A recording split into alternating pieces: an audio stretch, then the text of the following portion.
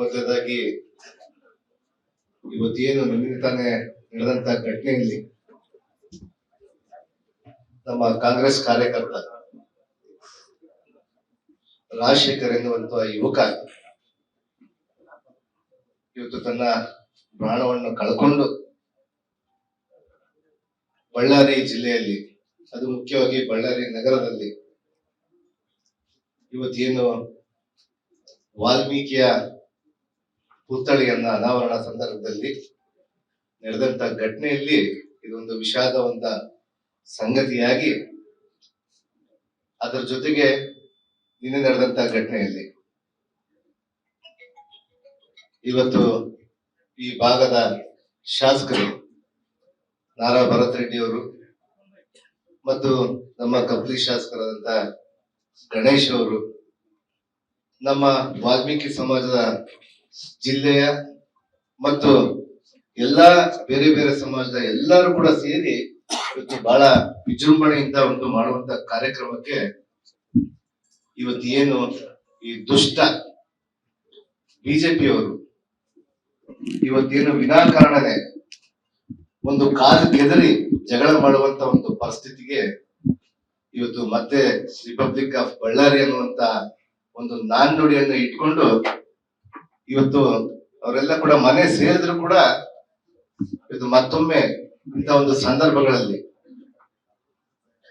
ಕಾಲ್ ಕೆದರಿ ಜಗಳಕ್ಕೆ ಬರುವಂತ ಒಂದು ಕೆಲಸಕ್ಕೆ ಪ್ರವೃತ್ತಿಗೆ ಬಿಜೆಪಿ ಪಕ್ಷದ ನಾಯಕರು ಮಾಡ್ತಿದ್ದಾರೆ ಅಂತ ಹೇಳಿ ಹೇಳಿಕೆ ಬಹಳಷ್ಟು ಅವಮಾನವೀಯ ಸಂಗತಿ ಅಂತ ಹೇಳಿ ಹೇಳಿಕೆ ಇಷ್ಟಪಡ್ತೀನಿ.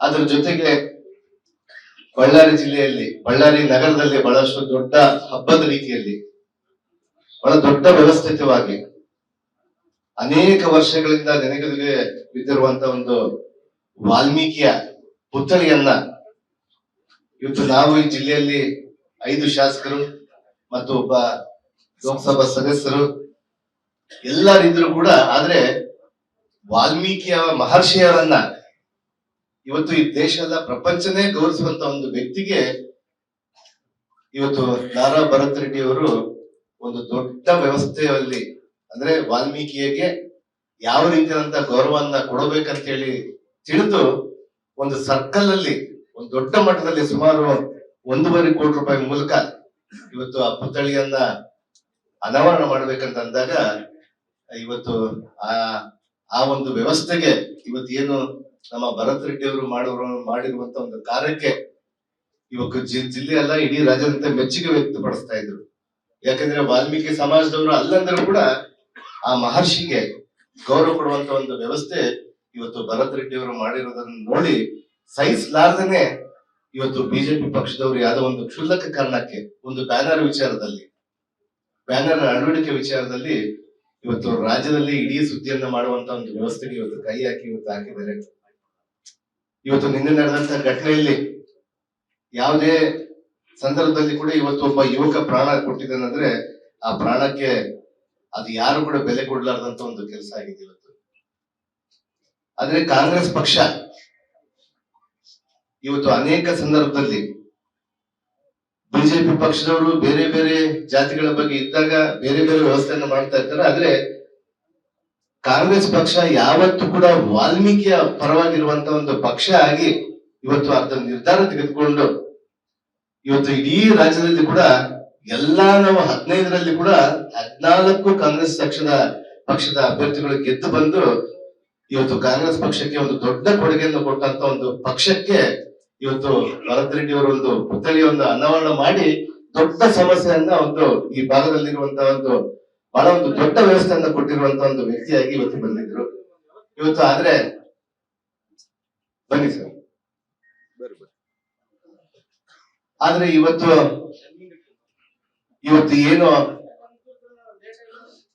ಬ್ಯಾನರ್ ವಿಚಾರದಲ್ಲಿ ಬಂದು ಈ ಅಭಿವೃದ್ಧಿಯನ್ನ ಸಹಿಸಲಾರ್ದೇನೆ ಇವತ್ತೇನು ಭರತ್ ರೆಡ್ಡಿ ಅವ್ರ ಬಗ್ಗೆ ಒಂದು ಕಪ್ಪು ಚುಕ್ಕಿಯನ್ನು ತರಬೇಕಂತ ಹೇಳಿ ಇವತ್ತೇನು ಅದನ್ನ ಮಾಡಿದಾರಲ್ಲ, ಅದನ್ನ ನಾವೆಲ್ಲ ಕೂಡ ನಮ್ಮ ಜಿಲ್ಲೆಯ ಎಲ್ಲಾ ವಾಲ್ಮೀಕಿ ಸಮಾಜದವ್ರ ಜೊತೆಗೆ ಎಲ್ಲಾ ಮುಖಂಡರು ಕೂಡ ನಾವು ಖಂಡನೆಯನ್ನು ಮಾಡ್ತಾ ಇದ್ದೀವಿ.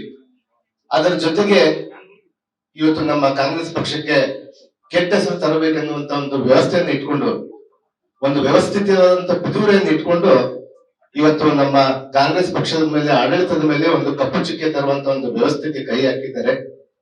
ಆದ್ರೆ ಇವತ್ತು ರಾಜ್ಯ ಸರ್ಕಾರ ಇವತ್ತು ಇದನ್ನ ಯಾರು ಕೂಡ ನೋಡಿ ಕಣ್ಣು ಮುಚ್ಕೊಂಡು ಕೊಡುವಂತ ಒಂದು ಸರ್ಕಾರ ನಮ್ದಲ್ಲ.